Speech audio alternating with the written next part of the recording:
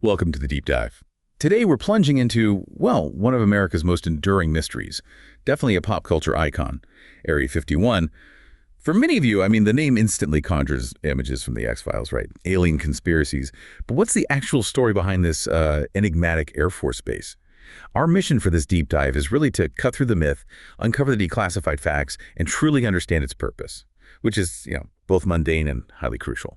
That's exactly right. We're aiming to go beyond just the UFO sightings. We want to explore the motivations behind such intense secrecy and how that secrecy itself became this fascinating, almost strategic part of the Area 51 narrative. We'll be sifting through some unique sources today to give you, well, a shortcut to being truly well-informed about this place. Okay, so let's dive into how Area 51 became such a just pervasive part of our cultural imagination. The X-Files, debuted over 3 decades ago now, really solidified Area 51 in the public mind. You had the rogue FBI agents, government conspiracies, those iconic secret bases. But what if a scene from that show, maybe one involving a dramatic government raid, was actually, well, ripped from real life? What's fascinating here, really fascinating, is how eerily close fiction can sometimes get to reality. We're talking about a real-life account from the man considered the premier Area 51 expert in the world, Jor Arnu. He describes being woken up suddenly by over a dozen FBI agents, full riot gear, guns drawn right there in his hallway. Imagine that moment, asking, what are you guys doing in my hall? It immediately raises the question, what exactly did he know? Or what did he see to provoke such an intense response? Right. And who's Jor Arnu, this accidental expert who finds himself at the center of something like that? He's a German immigrant, a programmer, and his perspective was really profoundly shaped by living in Berlin the day the wall fell.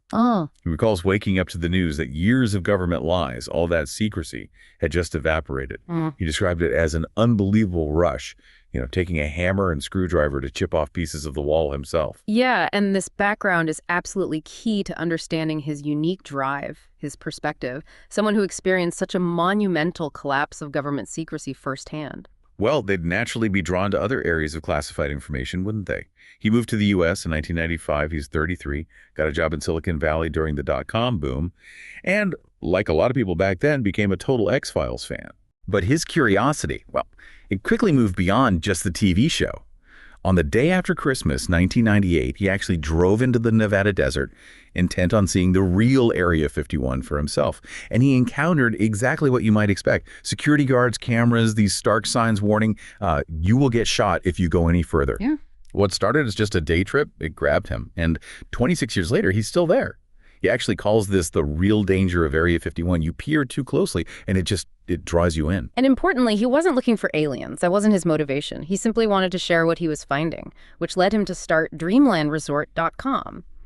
And this website, it has this distinctly 90s HTML style, yellow text on a black background.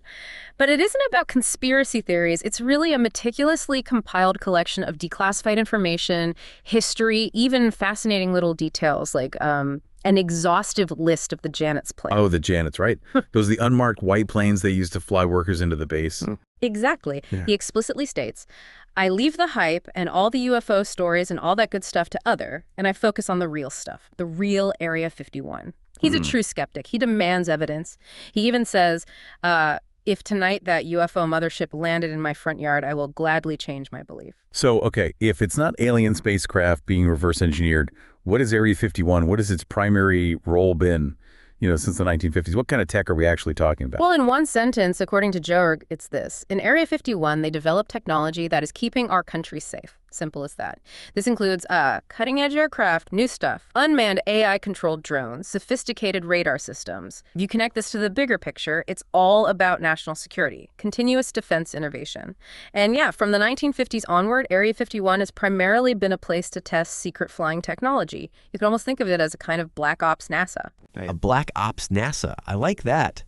And the pilots involved, they were effectively secret astronauts, weren't they? Flying these weird-looking planes, Mach 3, 90,000 feet up, needing pressure suits because the sky above them was pitch black. Put that in perspective for the 1950s. Flying at Mach 3 and 90,000 feet, that was like today's Mars missions almost. These weren't just fast planes. They were pushing the absolute limits of aerospace engineering back then, setting the stage for, future stealth and reconnaissance. And these pilots, they couldn't tell anyone, not even their families. If they die in a fiery crash, silence. Right. And this extreme secrecy also explains the location. It had to be remote. Area 51 is just one small piece of the much, much larger Nevada Test and Training Range, the NTR.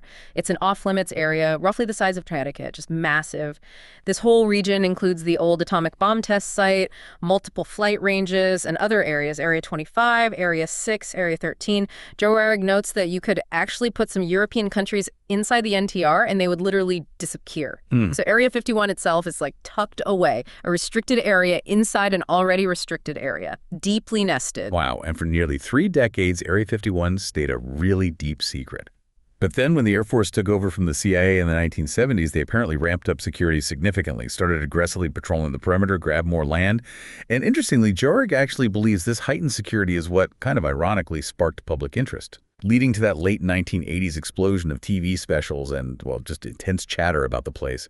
Yeah, it does raise an interesting question, doesn't it? Why would increasing security lead to more public interest, not less? It seems counterintuitive, but it absolutely fueled speculation. People thought, what are they hiding so intensely? Then when the X-Files started in 1993, it flipped the switch, as Jogue says, turned that kind of local curiosity into a global phenomenon. You started seeing tour buses showing up near the perimeter. That's such a fascinating strategic angle. I mean, does Jorg's research offer any insights into how deliberate this misdirection might have been, or did it just sort of evolve organically? It's just incredible to think how a place designed for maximum secrecy ended up fueling the very curiosity it wanted to suppress. He even suggests, maybe partly tongue-in-cheek, that in the 90s they might have put on light shows at the base for the onlookers, flashing lights in the hills, that kind of thing. Well, it certainly seems the UFO folklore, which, remember, started way back with early spy planes being spotted by airline pilots. That was a great cover story right from the beginning. That perception of mysterious objects in the sky was then perhaps strategically embraced or at least allowed to flourish. It's a really fascinating example of how perceived threats like public curiosity can actually be turned into assets. The public's focus on aliens effectively diverted attention from the real, far more sensitive technological advancements being made. Like Joe Kirk puts it, it's probably better people talking about aliens than what kind of metal alloy new stealth planes were made of. It really makes you wonder how much deliberate misdirection has shaped our understanding of places like this. So with the internet now and all these shiny new conspiracy theories popping up constantly, Area 51 might feel a bit retro to some people. But given the immense infrastructure, the history you mentioned, is there any debate or speculation among observers like Jogerg about whether Area 51's core operations might have shifted elsewhere? Or does it remain the primary hub for all this cutting-edge development? Jorg says unequivocally, no, Area 51 is not going anywhere. Flat out. He stresses that the base is just so well developed, there's so much infrastructure built up over decades, it would be almost impossible to replicate somewhere else. And in his view, what they don't want us to know, we will never know. The secrecy is still paramount. And for more proof that the government still takes this secrecy very, very seriously, well, you only need to look at Joerg's own experience back in 2022. In a scene that sounds, straight out of the X-Files, SWAT teams made up of FBI officers and Air Force OSI agents raided his house in Rachel, Nevada, and also an apartment he had in Las Vegas. Yeah, his description is pretty harrowing. He says he was spun around, slammed into the wall, handcuffed, dragged out of his own house, shoved into one of their vehicles, and then interrogated. They seized everything, all his computers, cameras, scanners, and 2 years later, remarkably, he still hasn't been charged with anything. He hasn't even been shown the full warrant for the raid. Wow. Does Joerg himself have a strong theory about why they did that? Are there any other perspectives, maybe official statements, surrounding that incident? Or is his personal account really the main lens we have? His personal account is definitely the primary lens we have to understand this event. There hasn't been any official statement clarifying the raid, which is telling in itself, perhaps. Joerg believes someone way high up in the food chain of the Air Force got wind of my website and didn't like what he saw. That's his take. And this whole experience, despite how severe it was, it really highlights his unique position. It's almost contradictory. He's actually quite patriotic. He genuinely sees Area 51's value for national security. He states the security is not to keep the technology from us, from the American people, but from falling into the hands of our enemy. Yet, despite the raid, he absolutely refuses to back off. He believes firmly we are not doing anything illegal. So, despite everything the raid, the persistent secrecy, Joe, is still there. still listening with his 5 scanners, recording night test flights, apparently, to listen to over his morning coffee, which is quite a routine. And yes, it sounds like weird stuff, or at least highly classified stuff, is definitely still happening out there. Right, and this is where the ongoing sort of minutia, the little details he picks up become truly fascinating.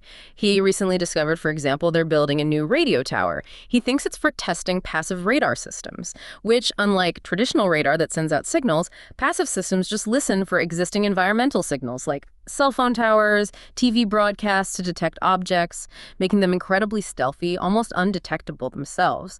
He even shared this funny story. He posted in his online forum that he wished the test station would play heavy metal music instead of the elevator music they were broadcasting. Oh, really? Yeah, and apparently it seemed to switch immediately after his post. Now, he notes it was almost certainly a pure coincidence, but, it definitely got his attention. A weird little moment.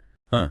Yeah, it's those kinds of glimpses, isn't it? Into the ongoing, highly classified work that's happening just behind that veil of conspiracy theories. It reveals a truth that is, like you said, far more grounded than the sci-fi stories, but equally compelling in its own way. I think the real revelation, maybe from our deep dive into Area 51, is this. The greatest secret wasn't just what was inside the advanced military tech.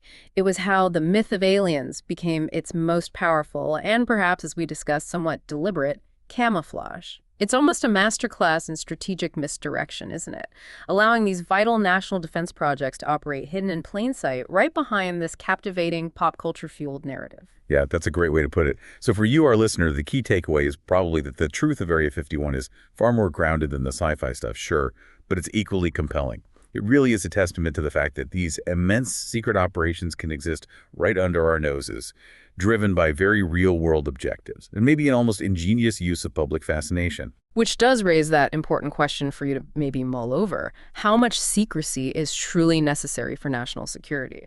And at what point does that secrecy inadvertently fuel the very curiosity, the very speculation it's trying to suppress? It's a delicate balance. Absolutely. And while we definitely strongly advise you not to try to visit Area 51 yourself seriously, as Joe Dan learned, do not go, there are plenty of lovely legal places nearby to watch the stars. And who knows, maybe you'll even see something truly advanced flying through that dark Nevada night sky.